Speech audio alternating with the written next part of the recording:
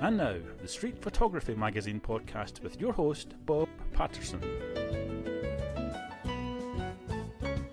Welcome back to the Street Photography Magazine podcast. I'm Bob Patterson, publisher of Street Photography Magazine, and welcome back. And also welcome everybody else on here. Ashley Refo, our editor, is on today. And so thanks for joining us, Ashley. I know you've been really excited to spend some time with our guest. Yeah, I'm so excited about this episode. Yeah, me too. I'm excited about all of them, but our guest today is Leclerc. She lives in Chicago, originally from Montreal, and she's teaching me proper French pronunciation, which I have a hard time with. I have a hard enough time with English. Typical American.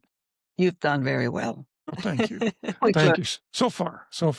And so France, she's a former professor, educator, turned full-time photographer, and does a lot of traveling. So we're going to talk about that. So welcome. Thank you very much for being with us and for submitting to the magazine and agreeing to do the podcast. My pleasure. I'm really glad to be here and nice to see you. I can see you. I'm lucky enough. Not everybody can do it while they're listening to you, but this time I get to see you. So yeah, it's nice. Well, so all right, France. Yes. Before we get too deep into this, why don't you just tell us a little bit about your background, how you got into, I'm going to call it by the proper name, life photography, because that's what you call it.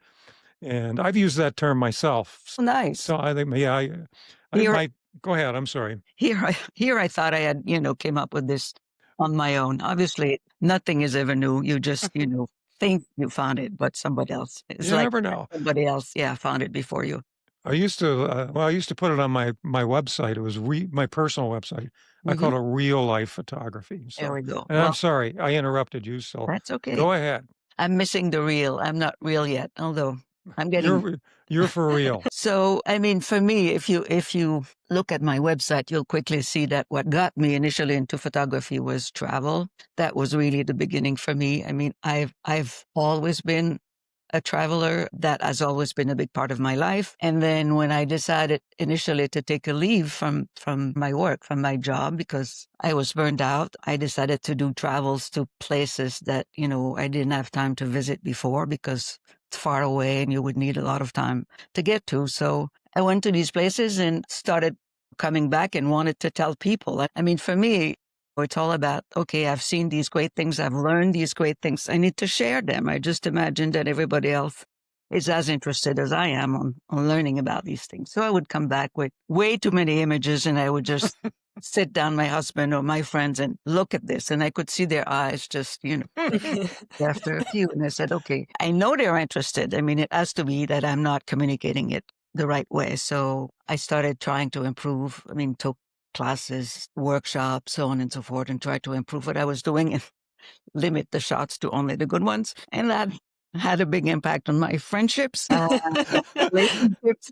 And and then photography became just as important for me as travel. And at this point, it's certainly as important, if not more. But I'm still wedded to sort of the story. I mean, the story is always something important, even if it's just one shot. For me, it's all about communicating something that I've seen happening. Could be a moment, but it's still a story for me. Yeah, your photographs on your website they're always very strong. I mean, I've looked at lots of them, and I just wonder how you are able to edit your work. You must take thousands of photos when you're on these trips to boil it down to the few really, really strong ones. And what's your secret to editing your own work? I think, well, it's true that I take many. I take fewer than I used to. Yeah, sure. That's for sure. And, I think it's the emotional reaction, basically. I mean, when it's very funny, it's like some people are rules for editing. This should be, this way and that way and layers and so on and so forth. And I look at it and then, it's like my heart goes boom. And I said, okay, so that's, one boom, 1 star. And I go back and and some gets, 3 stars right away or whatever, some that I really like. So I'm not saying that I'm right. I actually go back often and I see things that I've dropped that I now think are just. But yeah, I'm not systematic in the sense that it's really just emotional. And I wish I could, be more. I mean, I wish I could teach someone to sort of do it for me, but I couldn't because it's really my response to it. So that's as simple as that. It seems like people do feel comfortable with you because you're Mhm. always very close and you seem to get very natural expressions. I have a suspicion that has to do with something you wrote in your article Devotion in Motion, which is just having humility and being willing to blend in where you go. Yeah. Do you think that has to do with it? It has to do with it, and I often say yes, it does, certainly. And I try to stay there for as long as I mean, as we all know, if you get into a situation and people see you as a foreigner, I mean, first of all, they either accept you or not. I mean, sometimes they will say, no, we don't want you. So fine, I go. But Mhm. sometimes they also, try to be nice to you and they will smile to you and it would just try to show you what they think you want to see. For me, that's like, okay.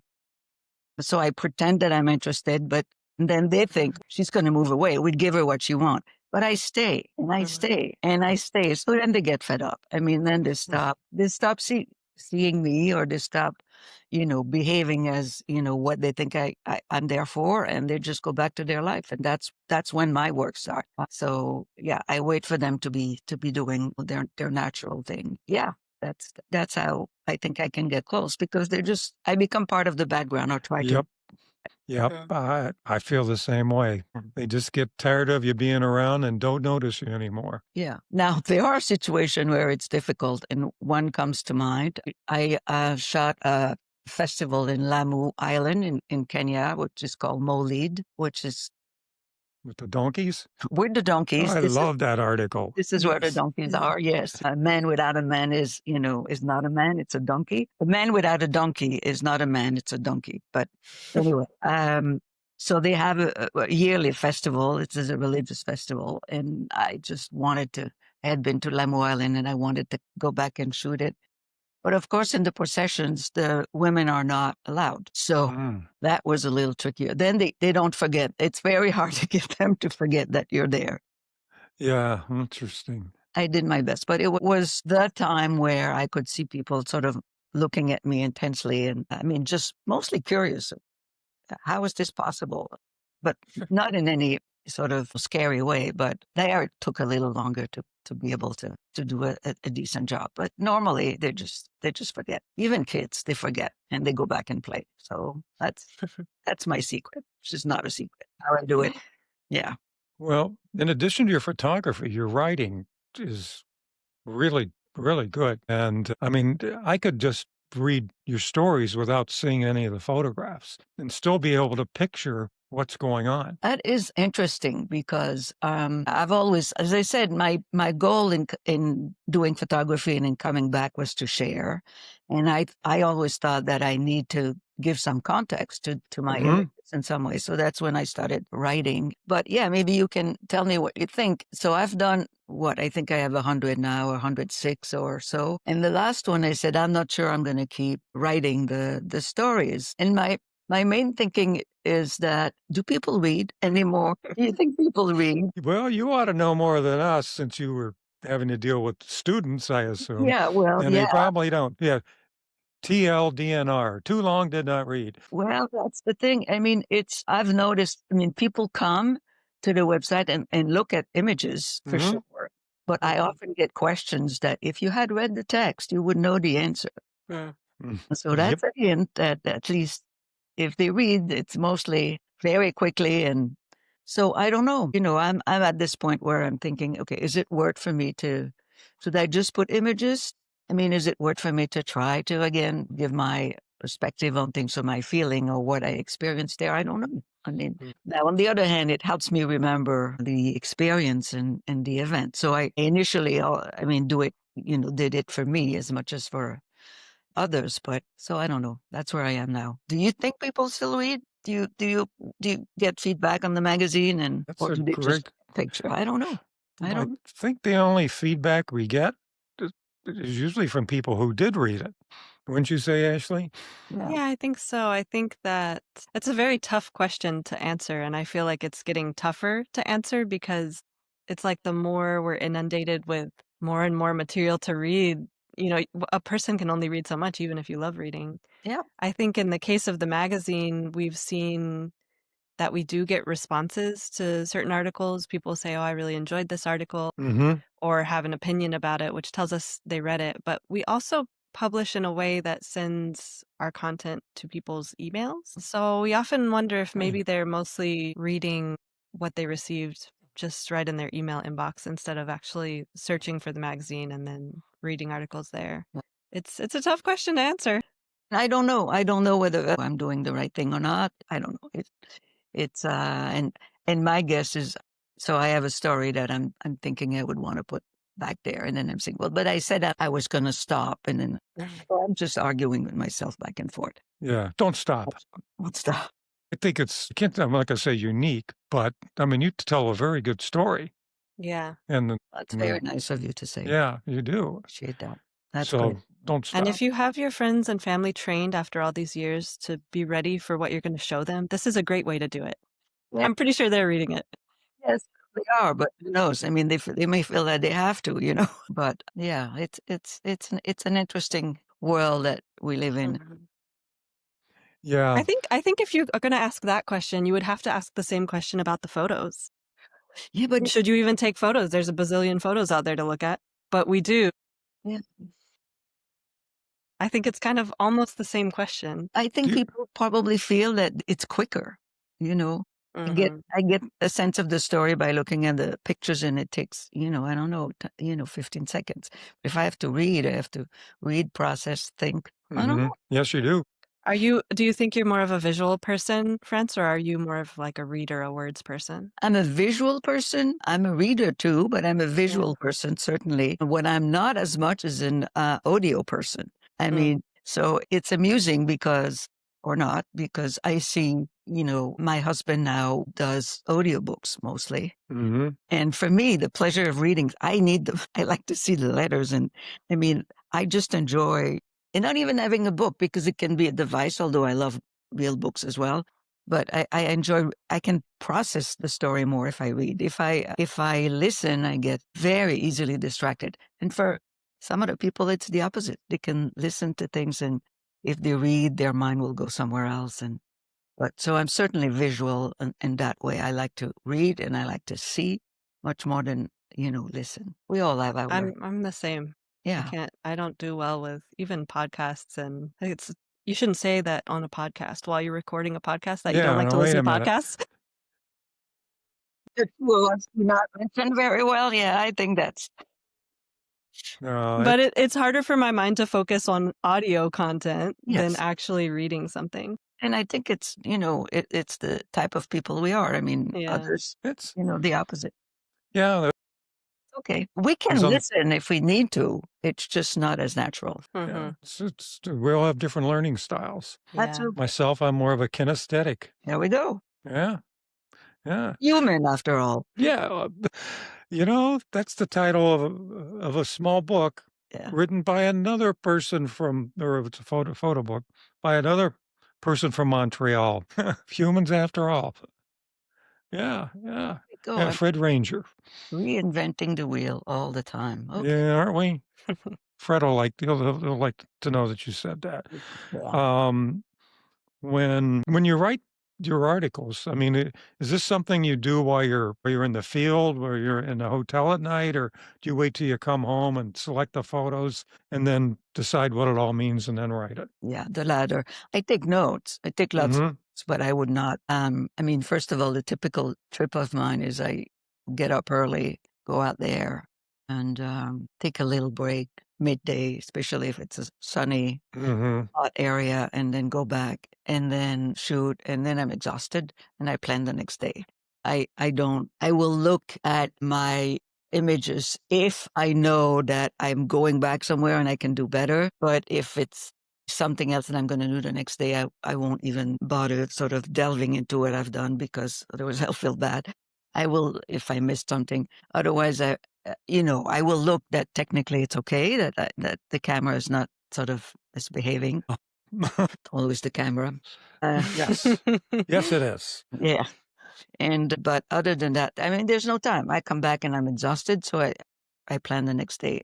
And I keep my notes. So when I come back, I sit down and I'm relaxed, or more relaxed, I should say. And then it's all there. I mean, I look at the images and everything comes back. Do you research things ahead of time? Like you seem in your articles, you write very informed about each of the different festivals and places you go. Is that something that helps you to blend in and not maybe disrupt an event? Right. I try to as much as I can so that I can have at least some expectation as to what it is and what will happen and what I would like to see. I probably don't do enough, but I certainly, yes, I try to know as much as I can about sort of the event. But there are lots of things also that I don't know and just happen to be there when I'm there, or I've heard about but I wasn't sure that I could make it during that period of time or when exactly it was happening. So there's plenty of things that I'm not prepared enough for, but that's okay. I mean, I'm open to that. That's Sure. It's good. Yeah. part of Right.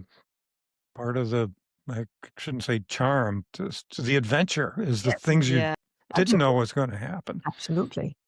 Do Do you you mostly, oh, I'm sorry, Bob, go ahead. No, go ahead. Go ahead. I was just going to ask if you mostly solo travel, France, or do you travel with others? I've done it all. I started basically with mostly groups, and I quickly realized that, well, that's not working for me. I can't photograph with all of these people Yeah. in the same photo as Mhm. only that. But you can't move. I move all the time when I photograph. I move to find the right angle, and so if there are people, other photographers around you, what are you supposed to do? I mean, so I stopped that and I started sort of doing, finding a guide that could take me to these various places and going on my own. And that's what I mostly do, unless it's a place that I really don't feel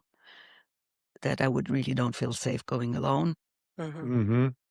Then I will go with it. I try to have a small group, as small as possible, because big groups, it's just not functional, at least for what I want to do. And then what I realize also is that so quickly these big groups have an itinerary, and I see a story and I want to stay. You know, Mhm. it's time to go. Well, no, It just got started. yeah, yeah. Just So broke the ice. I know. I just got to know, this, the story of this family, and there's something going on. And so, yeah. So then you realize that, okay, if you want to do this your way, you have to sort of go at it alone. Now, I've taken recently trying to do more or learning about what street is or what people think street is. And so doing workshop, and that's with other people, but that's different because you go your own way and then you just meet at night. And that's fine. Yeah. I can do that. Compare Yeah. photos and notes and things. Yeah. So that's fine. But yeah, no, I need to be alone too. Yeah. To do what I want to do. Completely understand. Probably most people listening to this Will relate. feel the same way. Although some people go in group because they like to socialize. And Well, that's true. that Yeah. that's another goal, and that's Yeah. fine. Yeah, you can do that at the corner bar instead of going all the way to Africa. Yeah.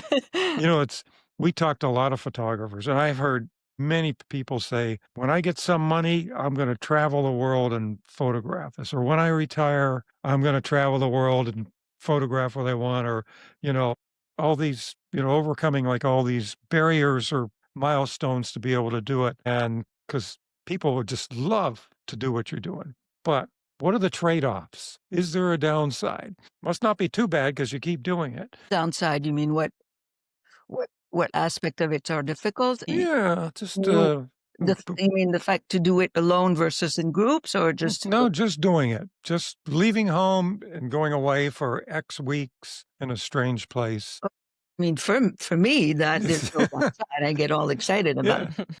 This is sure. fun. It's exhausting. It's demanding. It's not like I go back sometimes. I mean, you try to find decent accommodation. It's not always possible. Mm-hmm. So, you have to be able to deal with this, and not every people would enjoy that part. I mean, yeah, being, intense, and, or, or you have to be willing to challenge your comfort. I mean, To rough it. it's, yeah, you have to be willing to, yes. And I have friends who say, why would you travel if it's not as comfortable as home? And, It's not. It never is. Don't leave home. I mean, Yeah, That could be the secret to happiness, because then every time you arrive home, home is like the most comfortable place you've ever been. yeah, that's right. yeah, but it's not. But comfort is not that huge on. Yeah, for them, but for me, it's not that huge on my list. I mean, seeing something new and different and discovering, and that's what gets me, excited. I mean, I don't mind comfortable bed, but it's not like, if it's not there, that's the trade-off. I mean, the comfort is not there, but it's okay. It's temporary, and I know that I have a decent one at home, so it's not a problem for me. But and I mean, I don't want to talk about security issues, but these days of age, this is another part of the equation. I mean, you have to think hard about where you go and whether it's safe enough. So that's probably one of the trade-offs. But things can happen in your own country. So They sure can. yeah. Yeah. So yeah. So I try not to let that prevent me from going where I want to go, but I won't be. I also don't want to, take risk for no reason. I mean, if there's something serious going somewhere, going in a country, I will not go. I mean, it's not like It's if I had, quite honestly, if I had started this when I was a kid, I think I would be a conflict, photographer. But no, not now. It started too late. But this is, I mean, not that I like to see conflict, but I like to be in the midst of things, and I would like to have been able to capture images that would have sort of impact that way. I was just at the Siena Photo Festival. Oh, you went to Siena? I was in Siena, yeah. I was a judge there several times. Well, so were you there for the festival? Yes. No, we did go there. We were in Italy. It was the first year, Oh. and we were on a trip in Italy, and we were going to go to Cinque Terre, Mhm. and then I said, I hear that's really crowded. Maybe we should go to Siena and meet the people at the festival, which Right. we did, and it was wonderful. I love that. I love the town, and It's great. I mean, the way they've done it. I mean, I was told, it's a wonderful experience. It's well worth the trip. You should go, blah blah blah. And so this year I had an image and selected and said, okay, this is my time. And I went, and it is really that. It's just very exciting. But what blew me away was the festival is great, but the work that was selected, oh particularly the photojournalist. yeah, I mean, the idea of conflict photographer that brought that to my mind. I mean, there were some images that will stay with me for a very long time. So that was impactful. Hopefully if I had started this years and years and years ago, I would have been able to at least try to do something like this, but it's now. So yeah. that is. I've been a judge in a lot of contests. That one is very hard to judge because the work it's all so good. It is. And the other thing that amazed me was the diversity. I mean, the number of countries that were represented Yeah. there. It's not the Western world anymore. I mean, the photographers that were doing just, incredible images are from, really all over. So that was a really fun thing to see. And lots of them sort of showed up for the festival. So it was a nice event, and it was sort of humbling and inspiring and all good. Yeah, good for you. I mean, Yeah. just to make the first cut there is an honor. Yeah. I mean, Yeah. Yeah. No, I was thrilled. Yeah. I was thrilled, and they really make it special. So that's wonderful. It was I'm glad I went. and which photo was it? The camel. A camel. I've seen that. I saw it. Yeah. I was looking through all your awards and everything. I'm thinking, now where have I seen it? I've probably seen it a couple times. Yeah. It's the, I keep saying, for me, it must be the year of the camel. If there's any astrological sign that has a camel into it. That or the donkey. Yeah, it was year of the donkey before, but now it's year of the camel. How it's been. I mean, it's a surprising. People are as surprised to see the image as I was to see the scene. So that's kind of fun. So yeah, it's done well, and that's the image that they selected. So all happy.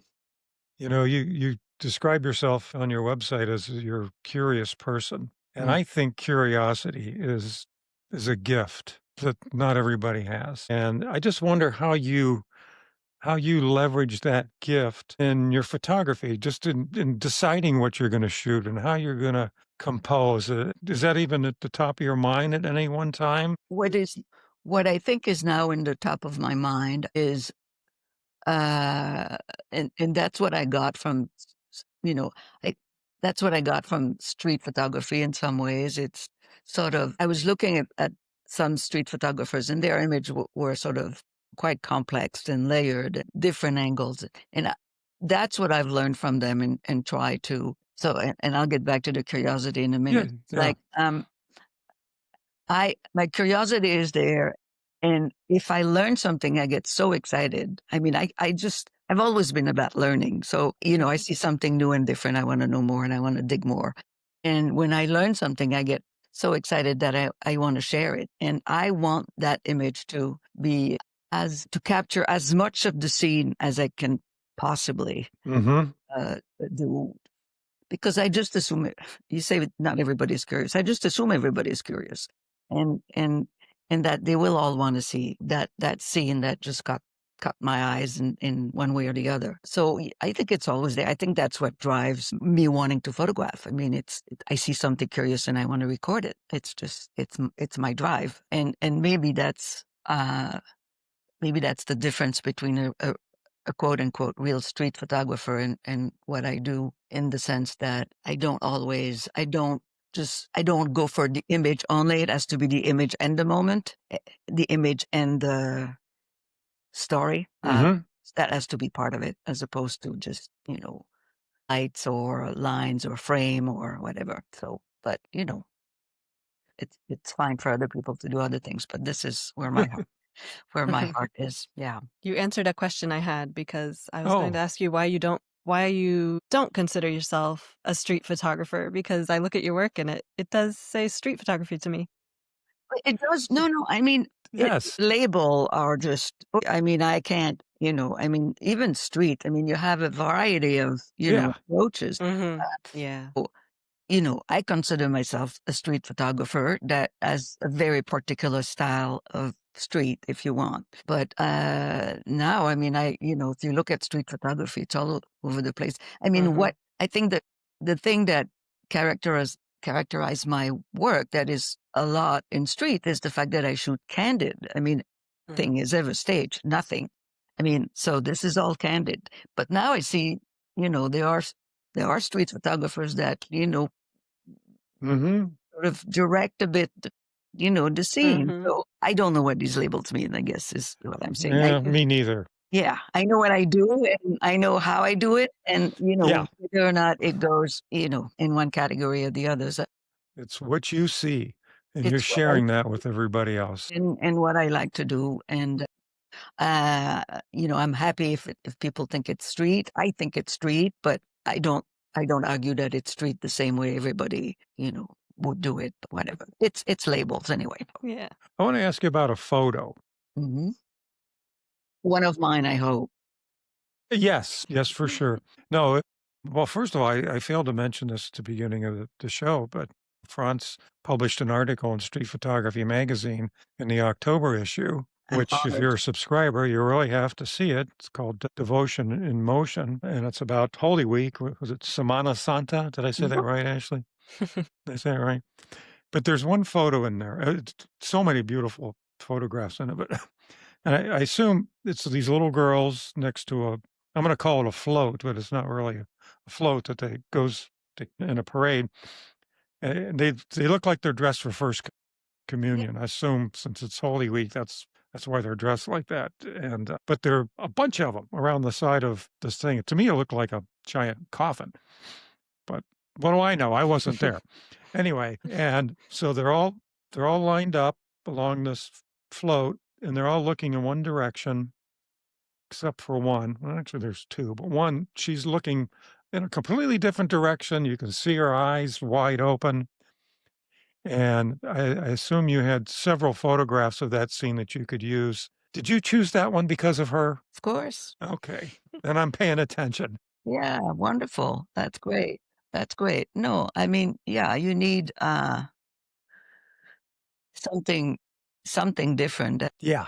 that will just break the monotony of the scene. I mean, but with kids, it's not hard because you're just, it's always something happening. I mean, the one little boy start crying, and I mean, so there's always something there. Or There's always big emotions on display. I have a 3-year-old. Yeah.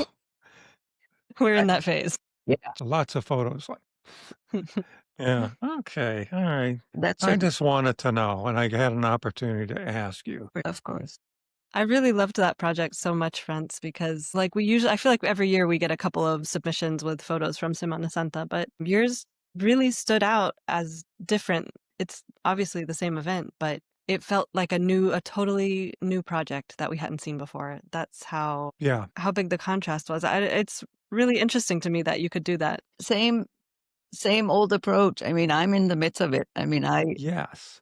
just try to, stay there for as long as I can. And well, the people are just extremely nice and sort of friendly, and it's a big event for them, and it's a meaningful event for them. And yeah, I have very fond memories, and it's a beautiful, beautiful town also. So Mm. it was a magical time. I enjoyed being there quite a bit. I would love just to go back in normal times, but yeah, I think that's what it was. It's understanding. You have to have a sense of how important this is for them, and that's what I wanted to convey in some ways, because I could see that. I mean, these people, carrying these coffin, as you call them. I'm sorry. I'm just kidding. Well, first I thought it was in the church. It was an altar, but then I realized it's No, they carried this for a long time, and it's heavy. I mean, even the kids. I mean, I've helped. There's somebody underneath that help typically, but it's hard. I mean, and they do it. It's like from every station, basically. You have to really want to do this. This is physically demanding. So it's important to them. They care about this. And I wanted to portray that as much as I could. I think maybe that's what you're getting. Yeah. That was my focus. Yeah. And you were so close. I felt like you were just, a couple feet away from them. Obviously you weren't that close, but do you shoot wide like that all the time? Yeah. And more. Yeah. More and more. Yeah. Are you, we don't talk much about gear on here, but what focal length is that, like a 16 or something? No. Yeah. You know what? I had, I'm trying to remember when I was there, I had a 2470. I had a zoom lens there. And now I mostly use either a 35 or a 28 fix. Good. Yeah. That's it. I know on your awards page, there's a photo of you taking pictures of some women dancing, and you're right up in there. You're right at their feet. Yeah. Yeah. Yeah. You kind of, have to, if you want to capture it, the essence of it. So yeah, I try to be in the midst of it. But Zoom, like in a festival, I don't know if I would still do it with a Zoom, but there particularly, there are crowds that sometimes prevent you from being where I would want to be. So I think the Zoom lens was useful. Now I just leave it home. So that's my way to tough it up. Yep. Save your back a little bit too. That too. All right. Lighten it up. Yeah. I think some of the most valuable learning experiences we have, whether it's photography or anything else, or the results of mistakes that we make. We all learn by mistakes, and I think it's good not to beat yourself up over mistakes. But can you think of any time you had, a big learning or aha moment as a result of a mistake, and how you actually apply it to your work today? I mean, I really have to tell you about my mistakes. Just one. Aren't you a champion for humility, France? I could write a book about my mistakes, but I try to keep them for myself. I mean, maybe you left a lens cap on. I don't know. Yeah, that time. I know that one I would see, but I have it with settings. I mean, which is why now I especially with street, I go with very simple settings that I don't change a whole lot. But yes, I've and maybe that's the result of me sort of really doing it all, just not having the appropriate settings, and then I mean, having a very low shutter speeds and not having one decent, image as a result, and everything is blur, and it's just, I mean, often I'm in low light and lots of movement and didn't correct for, ISO or whatever. But I mean, the usual mistakes but I made them a fair amount. So I think maybe you told us your worst mistake already in the beginning, which was taking too many photos and almost losing your friends because of it. well, it's very much Yeah, really name it. showing them too many photos. No more Christmas parties for you. No, no, no. At least not, not with you and your photo. You okay, but leave the photo behind. Yes, that's certainly true. When I was a kid, Although I learned, Yeah. as again, as you were saying, I learned from that, which you is do. I have to improve my photos so that people are willing to just. I They love wanna look that at- that's what you learned from it. You didn't just say, "Man, I stink as a photographer, forget about this." That's You right, just said, that's right. "Okay, this is important and I know this is interesting. I just have to make it look interesting through my camera." Yeah, right. yeah, that's a good That's right. point. That's Good point. very good. See, she's listening. She's a listener. She didn't think she was, but she's a listener. Well, when I'm She's a with good people, listener. I'm a good listener. I know, But I know. if it's a bud in my ear, Yes. Yeah.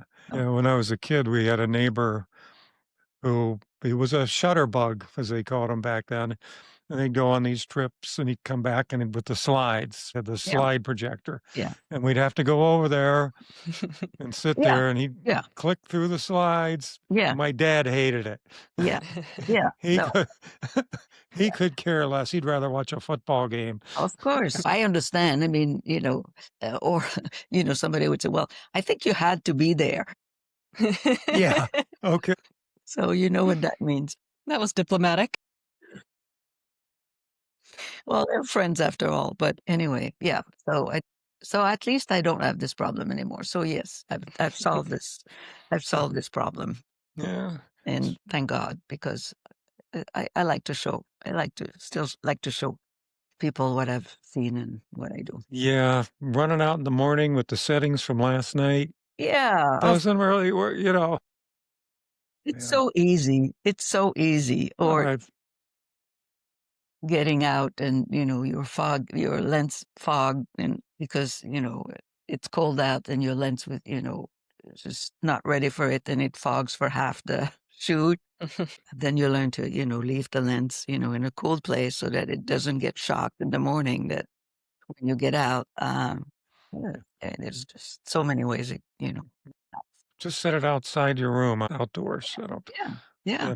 Then if it's still there in the morning, then. So that by So what's of all your travels, which is your favorite? Do you have any favorites? No. and that's a question I hear often, and quite frankly, my favorite is always the last place I've been. Yeah. I come back and I say, I'm going to go back there. I need to go back there. I haven't done enough. It's just, it was a great place. And, there's so many things I could have photographed. I'm going to go back there. But I say that every time. So, Have you actually done it? And yeah, no, and but- where? Yeah. yeah, like Lamu, I went back because Mhm. I knew the festival was coming. So I had been there for, sort of a donkey encounter, and they had told me when I was there that they had a festival coming, and I said, "Oh, I have to do that and see that. That'll be so much fun." And yeah, no, I was in Cuba recently, and so I had been there, many years ago, and I went back, and it's a very tough time for them. Yeah. So yeah, I said, okay, I have to come back. So we'll see. Yeah, it's close too. It's close. It's close. Not easy. I mean, there are a number of issues that make going somewhat, not challenging, but, concerned. But yeah, I want to go back. That was, I mean, there's just so much to see, and especially Yeah. the street. It's so great. They're going through a very tough time. Do you still have a Canadian passport? I do. Okay, that makes it a lot easier. So I look at your website and I feel like you've been everywhere. Where have you not been that you really want to go? Yeah. That's a very good question. The places I think where I would like to go are not places where I can go now. Things like, Mali and like Africa, some parts of Africa that are just not safe enough. Yep. Faso and all of these Yeah. countries, I think, are absolutely stunningly beautiful. I'm sure. I've seen pictures, and it's just not safe. I mean, I was close to the border. I was in Benin, close to the border. And actually, was it Benin or Cote d'Ivoire? Anyway, I was tempted, but was told no. That would be crazy. As soon as you cross the border, you become a target for kidnapping and etc. So yeah, Afghanistan, I would like to go. I was in Pakistan a couple of times and I almost made it, but then things got rough while I was there, so I didn't make it. So maybe one day. I just want the world to be calmer, not only for my own sake, but also Yeah. Mhm. for my own sake. I understand. Yeah. It's interesting that how you say that you would have liked to maybe have been some kind of Hmm. journalist if you had started younger and take photos that make an impact. But in a way, your photos do make a kind of impact like that because you really show the beauty that's everywhere. And I think that, just takes borders out of the equation and just shows humanity. We're all people. And that's really what I think I'm trying to do. I mean, I'm, it's lovely for me to hear what you just said because that's really part of my goal. I mean, in some ways, I mean, there's so much that we assume about, other people and people from other countries that when, at the essence, we just have all the same values. I mean, we Yes. family and, Mhm. and friendship and community and just want to have a decent life. And so I try to, that's what when I say I want to show snippets of life or do life photography, that's what I try to do to show, we're all the same. We don't have the same, comfort or, challenges, but we all want a decent life for our Like family and our community. And that's what we should be focusing on. So, as really, Maya Angelou said, we are more alike, my friend, than we are unalike. I learned that from yeah, another photographer who goes lots of different places. yeah, no, yeah, that's certainly true. And, and yeah, it sounds like a grandiose goal, but it's not that. I mean, I think even, just having few people realizing that, it makes me happy. That's nice. Yeah. So where are you going next? That's a very good question. I'm not sure. I have a bunch of things, and that's the beauty now of not going with a group where you have to commit, months Yeah. ahead since I go alone. And so I sort of, I wouldn't say play it by ear, but try to plan it depending on, what's going on in the rest of my life, family and so on and so forth. So I don't have a specific destination. I'll be in Europe for a little bit in November. So I wouldn't be surprised if I take a little detour somewhere, but I'm not sure exactly where.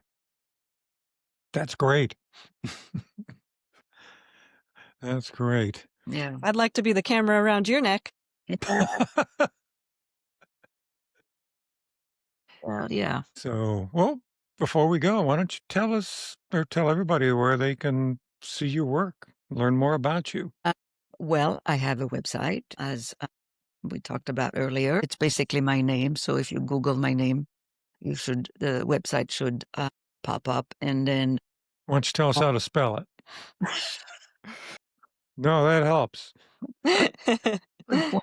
Okay, it's France, like the country, and then Leclerc. So France Leclerc, or yeah, you taught me how to say it. Yeah. Yeah, .com. And the way it's organized basically is you'll see images sort of sliding in front of you, but every image leads you to a story. If you click on it, if you're interested, you can learn more about what the image is about and what the whole see other images of sort of the same event or a trip or whatever. So there's a story for almost all images that are there. And then I'm on Instagram. Instagram has a lot more of street images in the sense that, or I call them moment images, in the sense that they sometimes don't connect to any stories. So I put them there because they're not a story. They're not with others to tell a story. They're on their own. Yeah, Instagram. My address is my name as well. So as long as you have the spelling right, it's not very hard to find me. And I'm happy to hear from, anybody who's interested and ask questions. That would be a fun. I like that part too. I like the interaction. Yeah, that's great. That's very nice too. You make some amazing connections in this photography world. So it's Yeah. nice you put that invitation out there. Yeah. And in fact, street has become something in my life also in the following way. There's a wonderful community of street photographers. And that was so, as I said, I often travel alone and do my thing alone. So suddenly I meet all of these people. And so I went to, some street photography festival, and all of these Oh, people yeah. just really into it. And it was just a revelation for me and a lot of fun. So I've been enjoying getting to know these people and sort of participating in that community. And that's really great. You learn, you get inspired, and that's been great fun for me. So yeah, interaction is important. Oh, It that's keeps you great. growing. Well, thank you very much for taking the time to speak with us today. Anytime. My pleasure. Thank you for having me and interesting discussions.